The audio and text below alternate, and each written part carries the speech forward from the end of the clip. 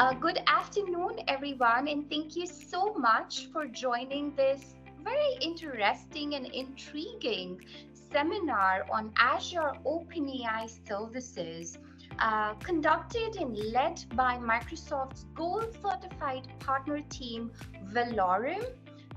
In today's session, we would be diving deeper to understand what are the broader categories of Azure OpenAI services at the first place, and then also understanding non-profit industry-specific use cases, and also touching upon what non-profits today are really leveraging this Azure OpenAI technology for.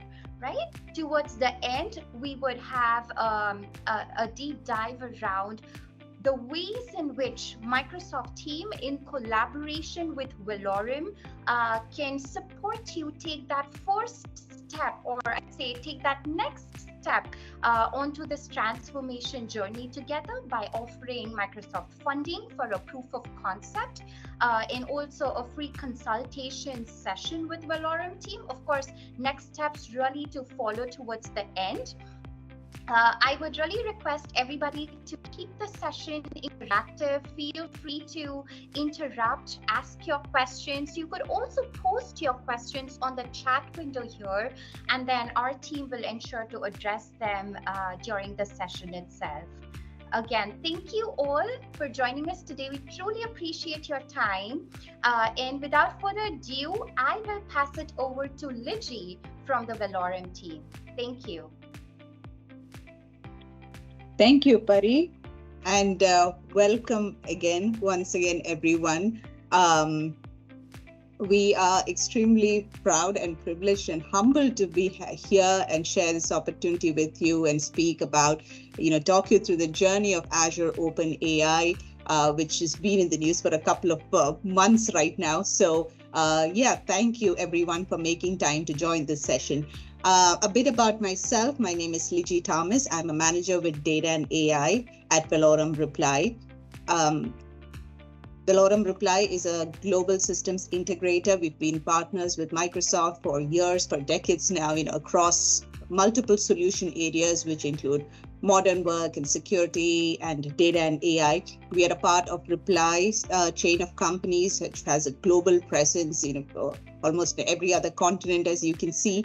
And here we are today, looking forward to share with you a little bit about Azure OpenAI. So the agenda for the day is introduction to Azure OpenAI, where we will start with just discussing, what we've been hearing and seeing, and hopefully, busting a couple of myths as well. And then we open it up to one of the most important areas, I think, with regards to OpenAI, which is responsible and secure Azure OpenAI. Before we delve into OpenAI for nonprofits, specific use cases that we have been seeing and exploring actively with our people, and then of course, stories from the field, examples of demos that we have developed for nonprofits like yourself using OpenAI. And finally, happy to open it up for Q&A and next steps. So without much ado, let's get started. All right, so acknowledging for a minute what is real today, that AI technology is here. And the technology is probably advancing incredibly quickly, grabbing headlines every day. And we hear of experiences like ChatGPT, taken the world by storm. They can draw a vast store of data, leveraging massive computing power. And we've seen this technology break through with consumers, but not just tech consumers anymore, right? So you can expect, for example, people in your organization to even start making use of these experiences, and consumers will quickly come to expect these kinds of AI capabilities or services if you don't offer them already.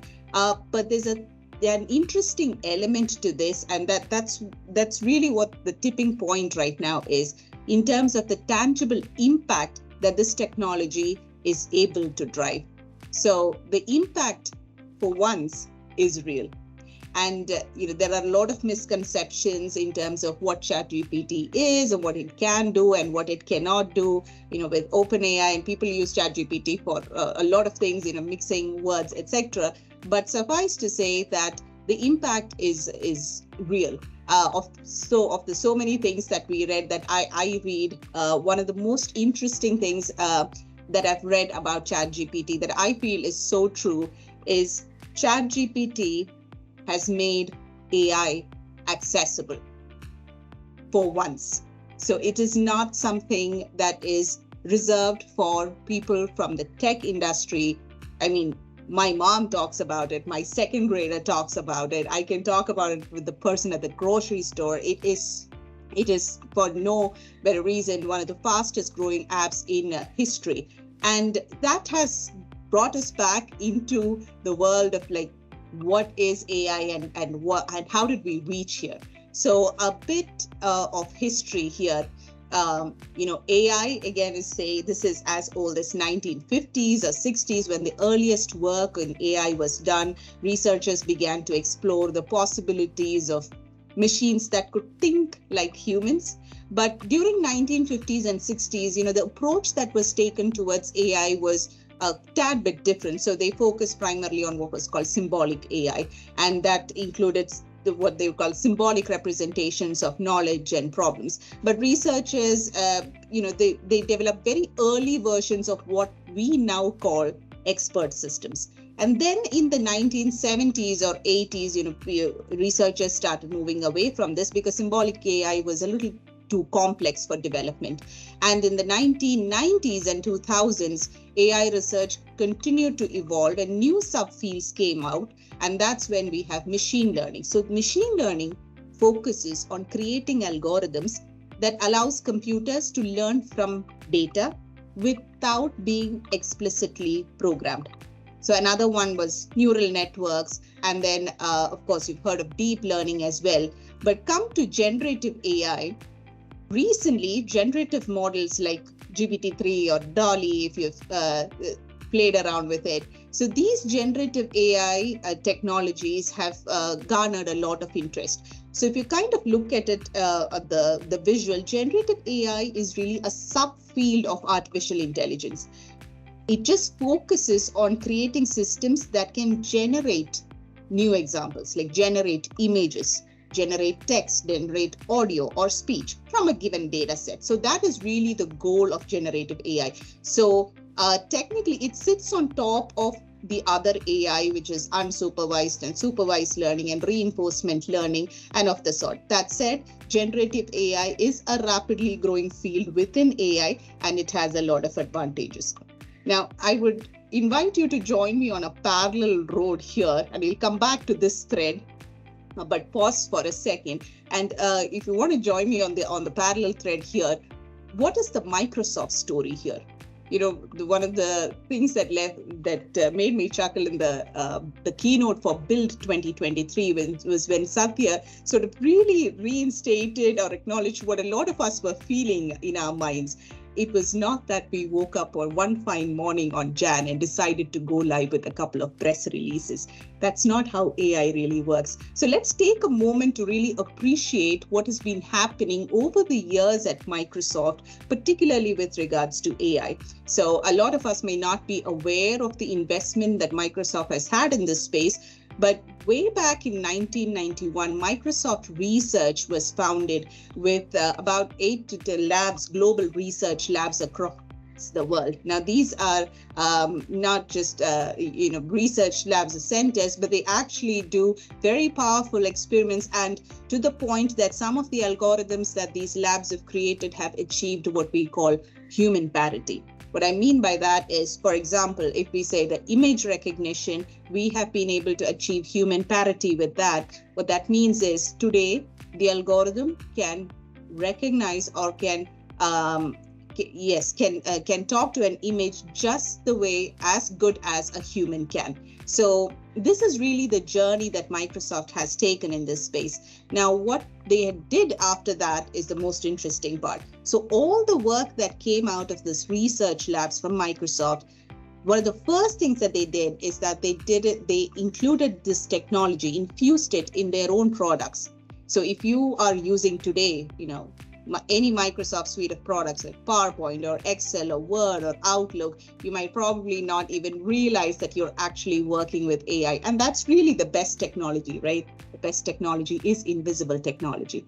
But coming to the stack, all of the goodness of this AI is also available for the developer community to use, so that they can also build intelligent applications.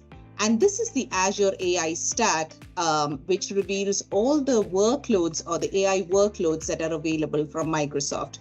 Now, typically when we talk about AI, we tend to think about, machine learning and Azure machine learning, which is an extremely powerful tool right at the bottom of the stack there. But then, as you would see, there are additional layers of abstraction. What I mean by that is, let's say you don't have the machine learning expertise or the data science skills to be able to work with those technologies, and you are just an engineer, but using or leveraging the skills that you have right now, it is still possible to create AI applications. You can invoke APIs like vision APIs or speech or language, decision APIs, and that is the layer of cognitive services.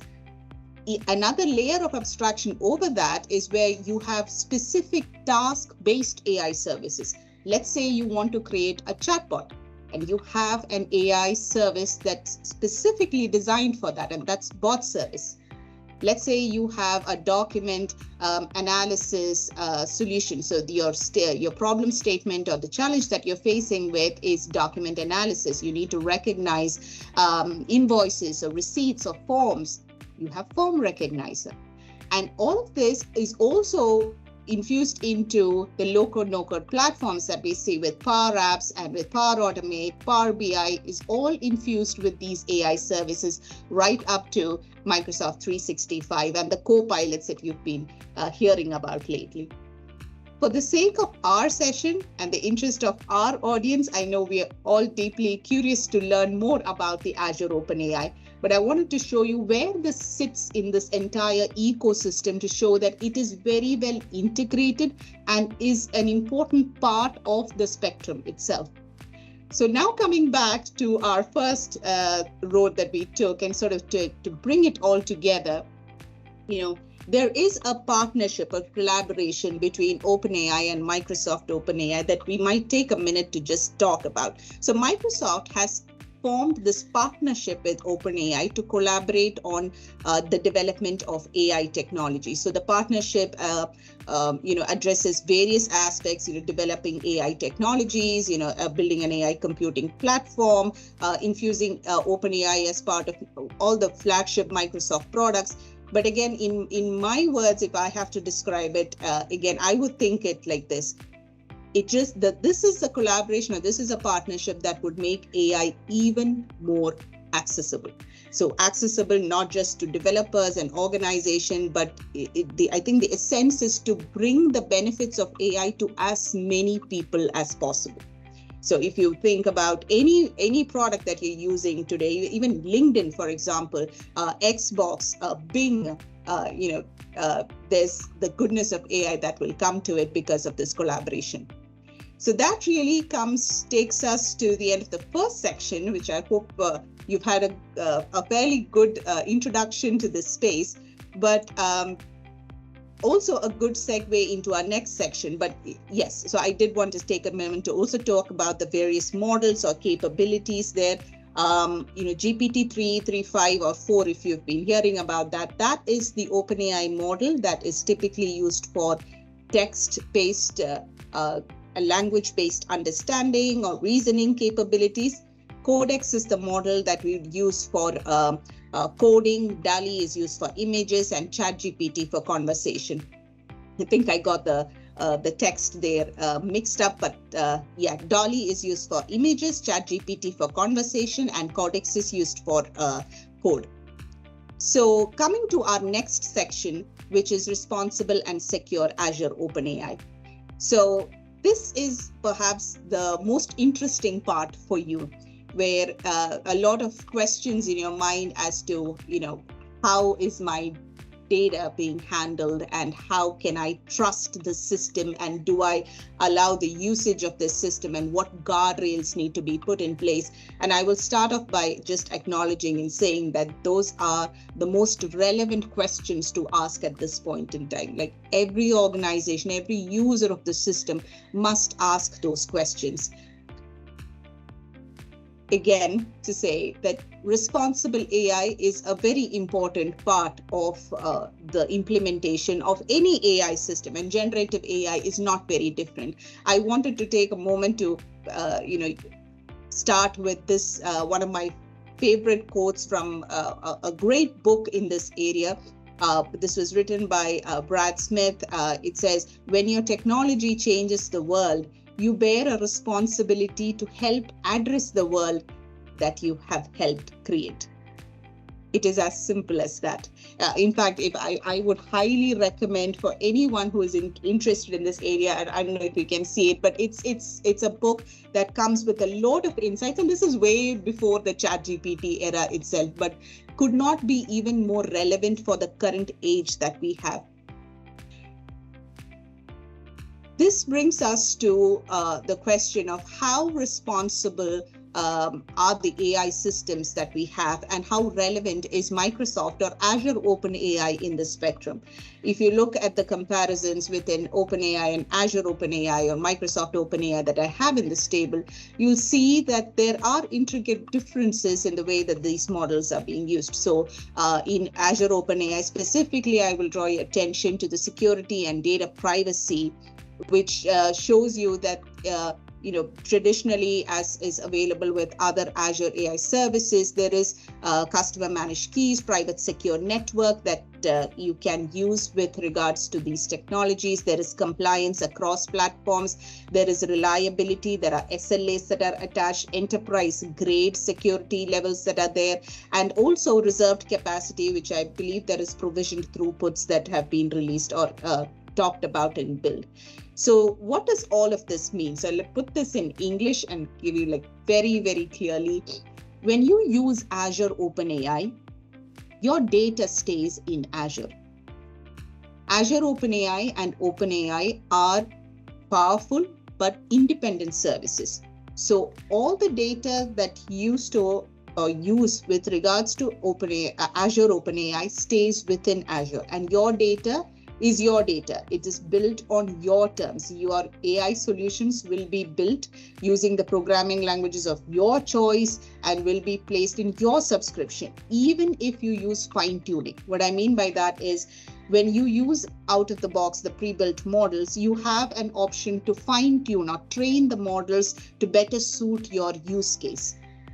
Even when that is done, the fine-tuned data is stored securely in your Azure subscription, and it is not used to train and to better the performance of the models, neither the foundational AI models or others. Your data is protected at all levels by the Azure Enterprise Security and Compliance controls.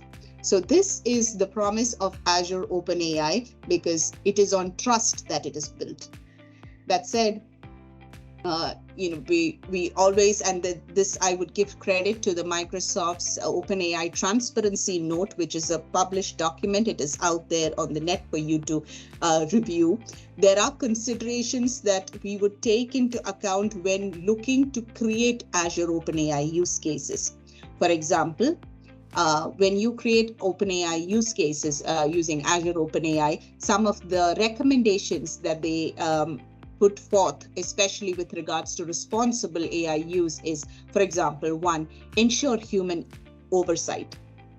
As magical as these technologies may seem today, it's probably still not in an area where it can be completely unsupervised and released without guardrails. So any amount of human oversight that you can ensure over your product or service would be really good in that aspect. Implement technical limits on inputs and outputs. Again, do not create an open-ended solution and try to put those rate limits or guardrails in place. as much as you can authenticate or have some sort of a control over the users of your system on how or who will be using this for what benefit, what sake, that will allow you to even refine your product for better use in the future. And of course, needless to say, test your application thoroughly, allow for mechanisms by means of which you can take feedback from your user groups. And if you have specific applications in mind, for example, chatbots, there are Microsoft guidelines specifically for creating conversational insights, AI systems of that sort. And bear in mind that if you are in a high stakes domain or industry like healthcare or education or finance for that matter, legal field for that matter, it is as much more important to implement these considerations and these recommendations, keeping in mind that, it is still possible for the AI systems to hallucinate, to have so at times it can incur biases and etc. So there are specific scenario based and other recommendations that also come as part of Azure OpenAI, which will help you and guide you sort of in the selection of even your use cases and implementation of your systems. So with that, I hope you've had a good understanding of the lay of the land in terms of Azure OpenAI, its general capabilities, its differences between Azure OpenAI and OpenAI, the kind of trust that you can put in Azure OpenAI, and how safe and secure, reliable your data and your systems will be. With that, I think we can talk now about some of the use cases for OpenAI, specifically with regards to nonprofit. Some of these use cases that we're going to discuss are use cases that we have explored in the past with some of our customers, and these are really very large use cases. We're probably just scratching the surface in terms of what is really possible with this, but some ideas really to get you inspired and get you excited about the possibilities here. So in terms of a non-profit organization, you'd realize that one of the areas that an organization would really appreciate help with is in just the acceleration of the process and just streamlining the workflows when it comes to the reviews of any documents, particularly grant proposal apps and of the like. So we have explored use cases where, let's say we have an app specifically for grant proposal. Would it be possible for us to create an app that does the initial screening of the grant proposal? Let's say you upload the grant proposal and you have an initial review that is done by the AI system. It comes back to you with a detailed proposal analysis, summarizing of it. You can ask follow-up questions. You can do a lot of stuff there. So what it really does is it improves the efficiency of the system, because it saves that much more time from your end users. Another example that we see is the virtual assistant. So this is more so in light with community and donor engagement. Consider this, an assistant that you can use internally within the organization, or you can even use this externally directly for your community or stakeholder engagement. Most of the times, these frequently asked questions that come directly to your staff or your team can be well handled by a chatbot, which is representing you, sort of like your brand ambassador in front of you, facing the stakeholders directly. One of the a really good use cases we saw is with really minimum capacity teams that are required to support a very large user base and very large number of stakeholders. It's sometimes helpful to have a virtual assistant that can take off that first 70 or 80% of the queries off your hands. And that way it can handle FAQs. It can, these days with OpenAI, it does a fantastic job with understanding the context and the intent of the ask. It can really put it in light of the context. There is real-time engagement. So you have someone who's representing you 24/7, 365 and instantaneous responses. It can even come back to you with feedback on what the users have said. I mean, think about it. If you could hook a Power BI report to this and capture the telemetry, you would know the specific questions that are being asked, which really now translates to the opportunities that you have on your side. How do I better the system? What can I do to improve, and so on and so forth. So yes, it reduces manual efforts. It ensures a more personalized response, and it really frees up again your staff time to work on mission critical activities while making sure that the people who you care about are taken care of. So that's another use case. The third one that we've seen is, again, with regards to nonprofits, we understand it's extremely critical to have a strong social media presence. And we see that, there's a lot of effort that goes into the generation of this content, and for all valid reasons. What if we had a tool where, let's say, you come in and you don't necessarily have to be, swayed with all the technologies as well, but in in your own natural language. Let's say you type out in 2 or 3 sentences, just tell the tool the kind of social media content that you want to create. And the tool, in the way that it has been trained, it will understand sort of the nuances of each platform that you are catering to. What I mean by that is the Twitter post has got a character limit. The LinkedIn post may need a more formal tone of addressing. So it takes into account what each platform requires and will be able to create a content that is relevant for each of these platforms that you choose, using just those 2 or 3 sentences that you input. Further from that, it can create tags, it can create emote icons, it can create different kinds of content. Like, let's say you want content for quizzes or polls. Let's say it's a Q&A post. Let's say you want an image to go with your post. So if you've used any of the image generation tools out there, you would know that the magic really is in the prompt that you will use for these image generation tools, be it Midjourney or Dolly, etc. It can generate the prompt that you want to use with these tools, or it can directly call the Dolly API and create the image itself for you. So giving you some ideas in terms of, how much tangible we can make use of these technologies in use cases that are really relevant for us. And in this particular case, again, you can accelerate the creative cycles. It helps create really personalized and engaging content that you can continue to refine and build for your social media presence. That said, I would also like to show you some of the stories from the field, the actual apps that we have developed at Velorum Reply for our nonprofit friends. Let's start with the nonprofit virtual assistant. So the nonprofit virtual assistant was intended to accelerate with the content generation when it comes with fundraising request letters or in-kind donation letters or volunteer request letters and so on and so forth. So any kind of communication content that you need to create could be easily generated using the nonprofit virtual assistant. We understood the opportunity with regards to fundraising. It requires a lot of skills, it requires time, it requires effort. It also requires probably interaction between teammates, and beyond a certain point, how do you scale this?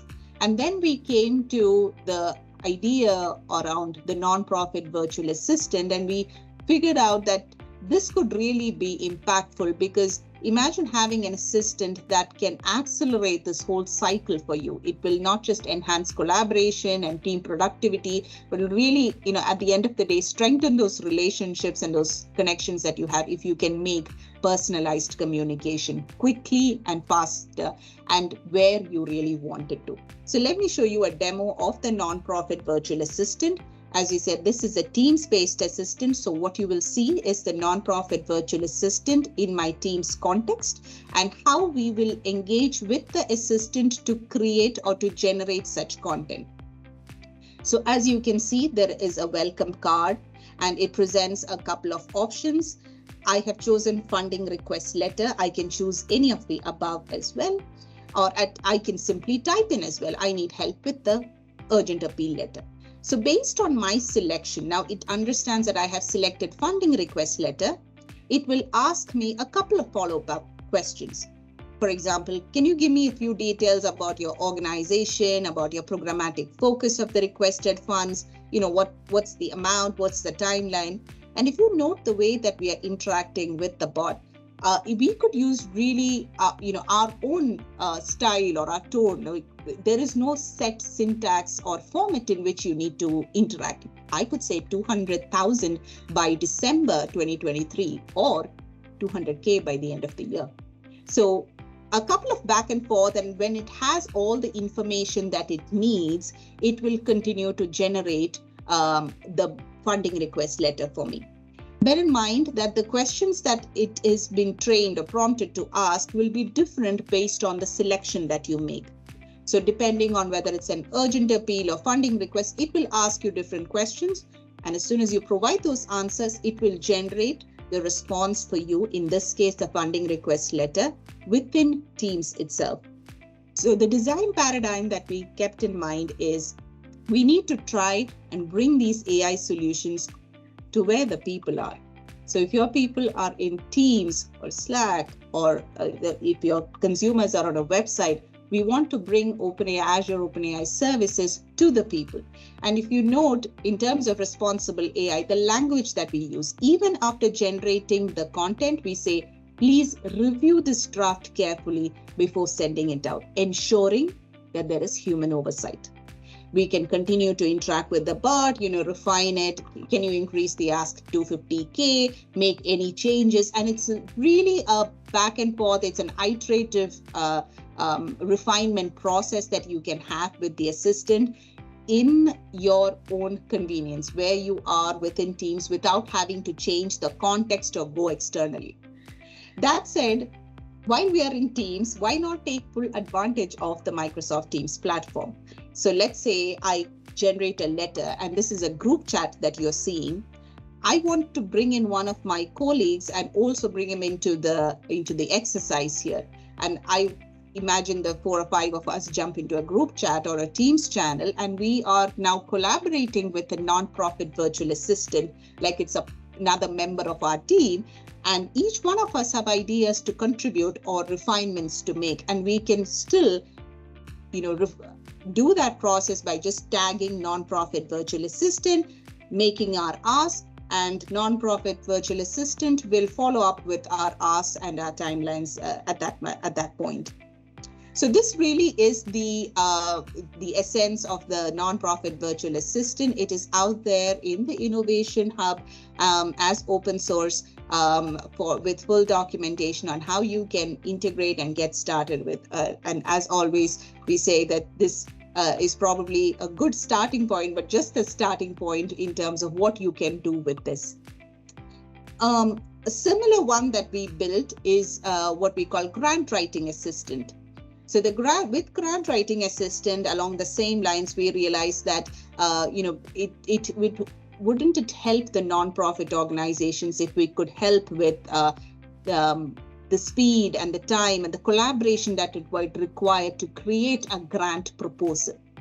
And with that in mind, we created the grant writing assistant, which is also a team-based assistant. In terms of this assistant, what we did is we divided it into various sections that users can select for the assistant to help with.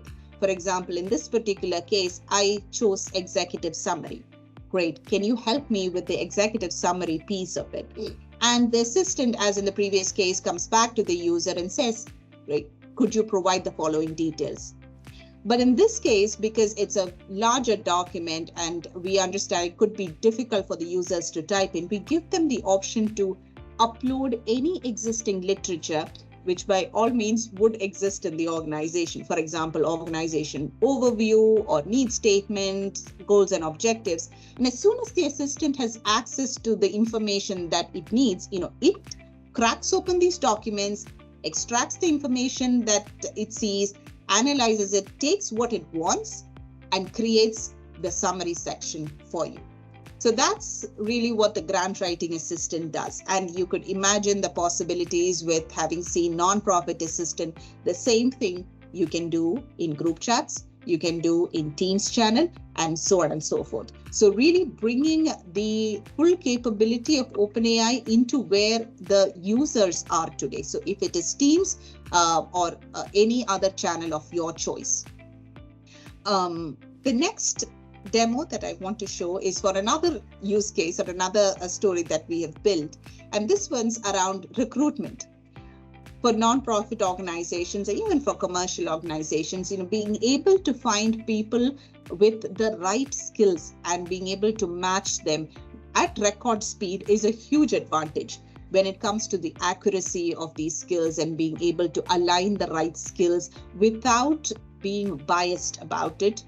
Ensuring there is a fair screening is a huge advantage. So the recruitment assistant is a custom app that we built that does exactly that. So in the demo, you will see an app that takes as inputs, you can give it a set of requirements and you can give it a resume, and it analyzes this resume against the set of requirements that it sees. Let's take a look. So on my left pane, you can see the requirements that I have uploaded. This comes from a document. The resume also comes from a document. Let's say I want to analyze this particular resume for the checked number of skills, and I hit analyze.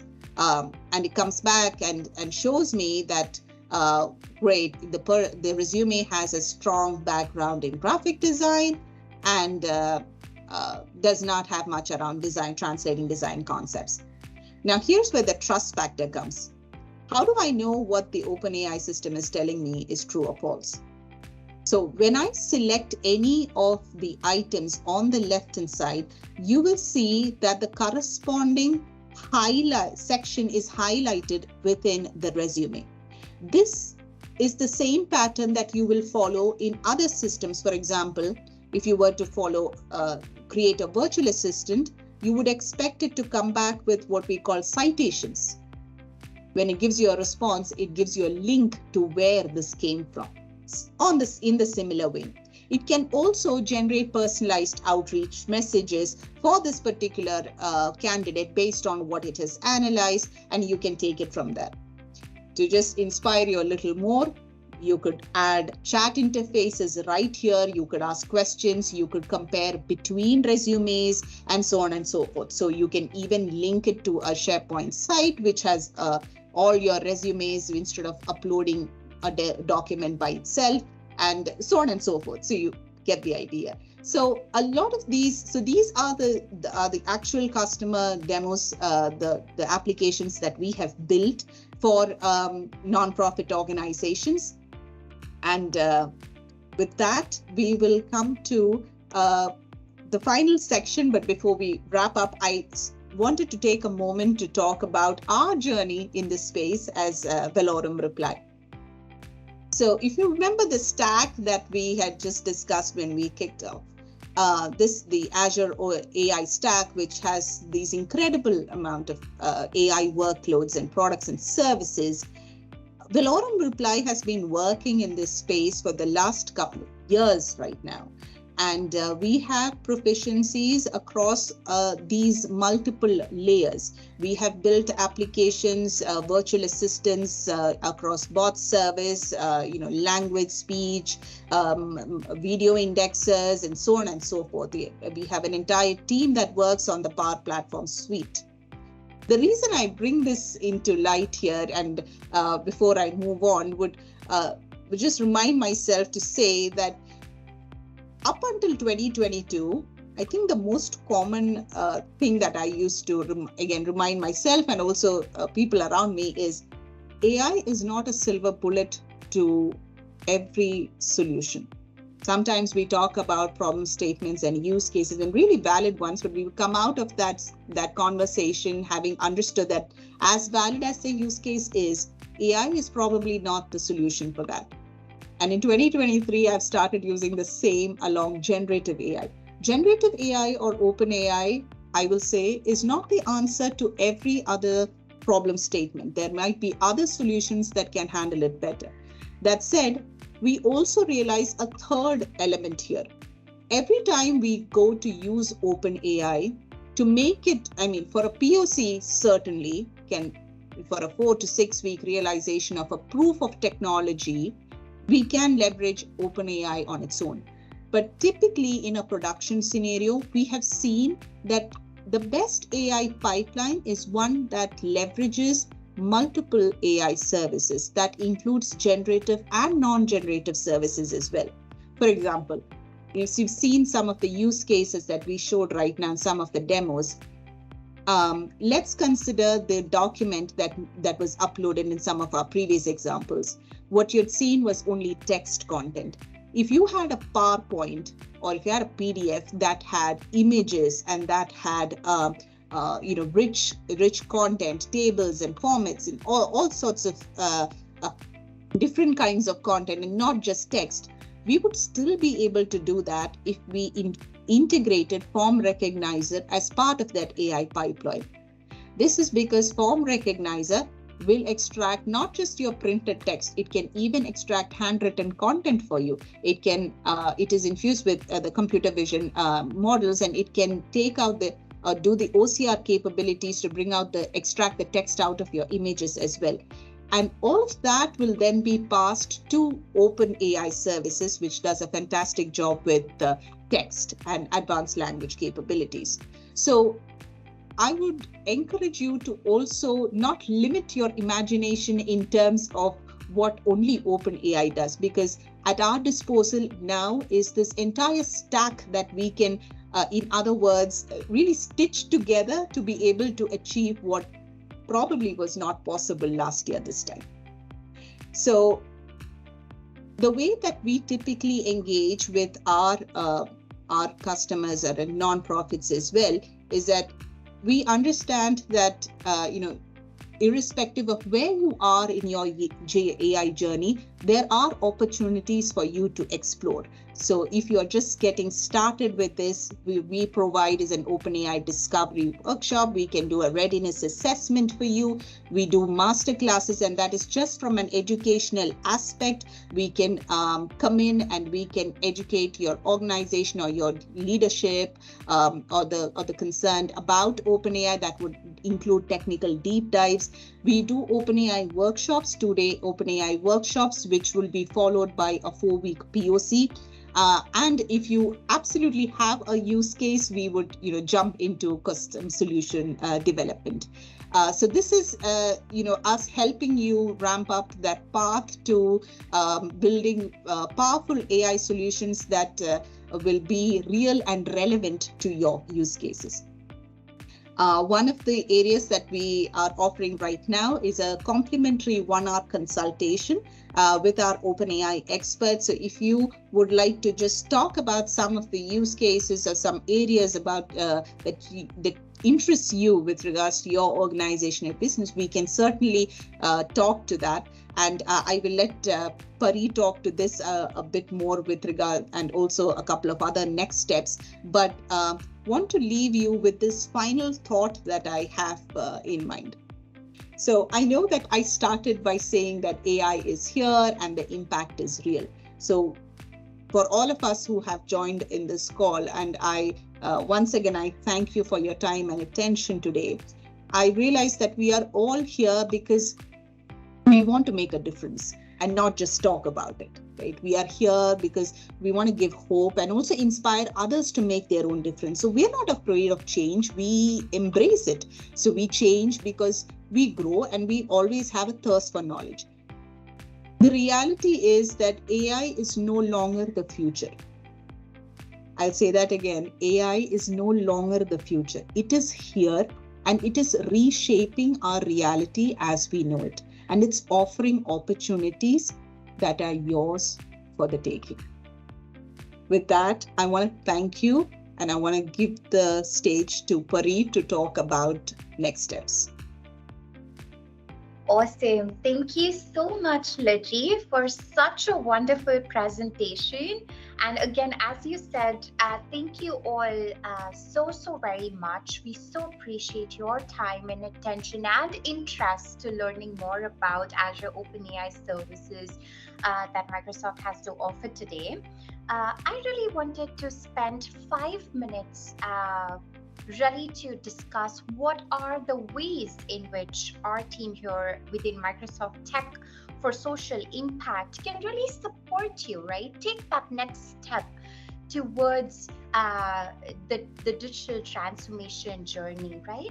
And again, touching upon to Liji's slide around providing free consultation, I would say that if any of the teams out here are interested to dive a little deeper, or if you all think you all have a compelling use case which can create a business impact, please reach out to us. I have added our contact details on the Q&A session of this meeting. Reach out to us and we could first get started with a free consultation session, right? Now, what you can expect out of the consultation is for our team, which is the Valorem team in collaboration with Microsoft team, to meet with your business stakeholders, right? To understand the business requirements, to understand your data and your data sources, and then really to help you with those top 3 use cases which can ideally create the largest business impact, right? So the main call to action, I would say, of doing that consultation would really to scope out top use cases with the largest business impact. After the consultation, we could jump straight into doing a 4 to 6 week long proof of concept. Again, when I say 4 to 6 weeks, it really depends upon the complexity of the use case itself. And then I can really try and get Microsoft funding to either partially or even completely offset for any service cost associated towards doing that proof of concept for you.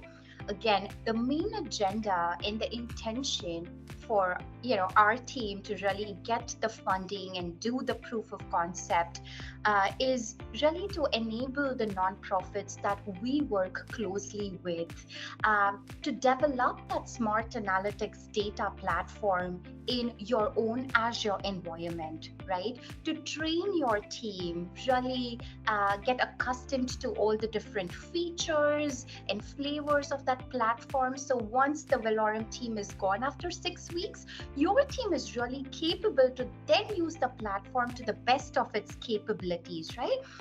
So again, our intention to provide the funding is really to help you make that very, very informed decision and also play around with the platform itself, thus helping you make that informed decision of whether to take the POC into production or not. Right?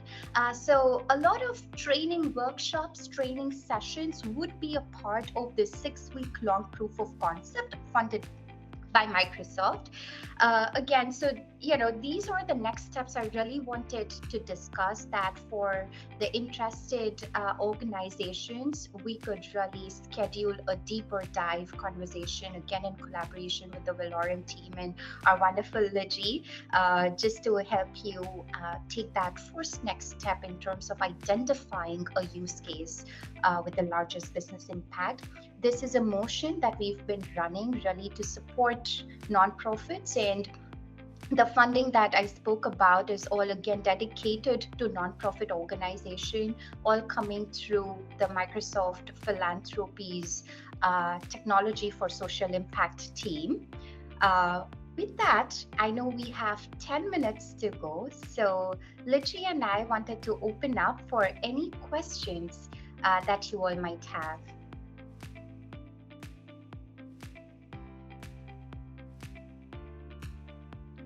You all could just paste your questions, if any, in the Q&A session. And if not, again, please feel free to reach out to us via email, and we could definitely go ahead and schedule a deeper conversation personalized to your organization. Well, Lichi, while the questions come up, if any, I had a question, which is, say if a nonprofit is really interested in getting started with a POC itself, do you want to maybe just walk us through the lead time between them reaching out to us and then really kicking off the POC itself? Great question, Pari. Going back to one of the important things that you highlighted, every use case is very unique. And the reason we say is, I know I threw in a lot of use cases here myself, but I know that when I take each of those use cases, I would like to respect the needs of that particular organization and how they envision it specifically for them, internally or externally. So it really depends on the complexity of the use case, as you said. But if we have some a really good understanding of the use case, it depends on how well articulated that use case is and how well defined that use case is between the consultation and the end of the consultation and the start of the POC. I would not think more than 2 weeks max would be the lead time. Got it. No, very helpful. Thank you, Lichi. And I see we do have 2 questions on the chat. So I could read out the first question, which is, what kind of Azure infrastructure and resources and also internal skill level do we need to have before the consultation and the POC begins? Maybe, Lichi, if you want to answer that question first, and then maybe I could add my thoughts. Absolutely. Yep. So 2 parts to that I hear. One with regards to the Azure infrastructure, and second with regards to the skill set. And this is for approaching the consultation itself. I'd say with regards to the Azure infrastructure, if you are a Microsoft shop and you're on Azure already, really nothing. You have the infrastructure in place. But the one thing I would add is, for us to be able to access Azure OpenAI, just like you would create a free OpenAI account, you would go to openai.com and you would sign in with your credentials and create an OpenAI account. We would need access to Azure OpenAI. Not required before you come into consultation. We can help you with that. We can guide you through the process of how you would gain access to Azure OpenAI, which is for all valid reasons. It's a limited gated access right now. What that means is there is a form that every organization who needs access to Azure OpenAI needs to fill up, and we need to submit that. But the turnaround time is fairly quick these days, so it should not be a whole deal while we wait for that. I would say the consultation can happen parallelly. So not required for you to have any Azure infrastructure in place to start consultation. As you start the consultation and as you approach more use cases, I would say we would just kick off that Azure OpenAI request on the side. Secondly, with regards to skills, since Velorum is helping you with the full partnership with Microsoft, at this point in time, there is no skill level that is required for you if you use us as an implementation platform, as implementation provider. So we would work with you right from the ideation, the brainstorming, the design of the app, to the development, the deployment, the release. And if you would appreciate it, we are happy to collaborate with you and give you some understanding of how this thing works technically and otherwise as well. As Pari said, we as trusted partners, we take it upon ourselves as a responsibility to educate you as well. So if you're up for it, we are happy to do that. But Yeah, so to answer your question, to as you come to consultation, we do not keep any prerequisites of uh, specific infrastructure within Azure. Having an Azure subscription would be great, and also even if you don't have any use cases top of mind, that's what we are doing consultation about, right? So you can just share ideas and what are your opportunities or challenges or the pain points that you see that probably AI can really help you with, or OpenAI can help you with, and no skill sets needed. Awesome. Thank you, Leji. And then just to add a little bit to what you said, right?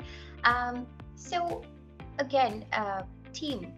Now, my team here at Microsoft, we work with nonprofits day in, day out. One thing that we really know about nonprofits is your teams are really lean, right? Absolutely lean, but very, very mighty. Having that said, I have heard a lot of CTOs, a lot of CEOs tell me that, Pari, there are so many projects on our plate that it's often really difficult to allocate resources to use cases like these, right? To really get into the emerging technologies and solve a use case, say using ChatGPT, etc. Because there's already so much of groundwork that's really to do, say, around security or around infrastructure, etc. And that is exactly why this is what we have to offer to you, wherein our Valorem team would have a dedicated team, right, and dedicated set of resources really work for your organization in terms of building up things from scratch. So to your first piece, what kind of infrastructure is needed? Again, none, because that is exactly what the POC is meant to do, right? Really to hold working sessions either on a weekly frequency or 2 times a week, just depending upon your time availability. And during the working sessions itself, really to spin up the resources required along with your team, so you again have complete visibility on what's happening and how is it happening and why is it happening. So what I'm trying to say is the heavy lifting, all the hands-on work would be done by Valorem team, again in collaboration with Microsoft's cloud solution architect, really to provide that additional technical support. And then there'll be a lot of training programs and training sessions as a part of this POC itself, right? Wherein your team would be given all the technical know-how and we will ensure complete knowledge transfer happens. So even with respect to what kind of skills is needed, I would say for us just to get started with, it would be none, because really to train your team is the primary agenda of getting into the proof of concept itself, right, sir? So I hope that addresses your question. Again, these are the offerings that are dedicated to nonprofit organizations, right? They are really not available for our commercial customers, for manufacturers or retailers, but then they are dedicated to nonprofits. Having that said, I know we have last 3 minutes and we have one more question, Leji, which is, does this implementation of OpenAI have any built-in mechanism or tools to safeguard against implicit bias? I'm thinking specifically of resume reviewing solution. That's a great question, and I want to thank you for asking that, because I understand now that I probably missed to say that point. When you saw the demo on resume analysis, there is more to that than what meets the eye and what you saw on screen. When you use an API from OpenAI, the non-Azure OpenAI flavor, straight OpenAI, there are no safeguards or guardrails there.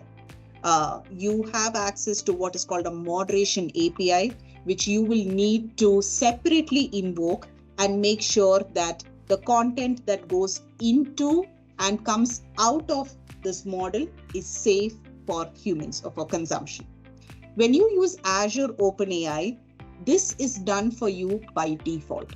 It has all the responsible AI guardrails, all the responsible AI principles that Microsoft has, everything that is discussed in this book, as I said, the 6 responsible AI principles all put into practice, and those guardrails are in place. In other words, we don't have to do moderation on our side for content that goes into the model and out of the model.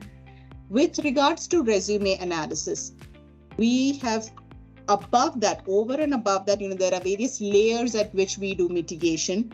The layer at the application side where we did the mitigation, we took into account the prompt that we are sending, or in other words, let's put it, the instruction that we are sending to this model.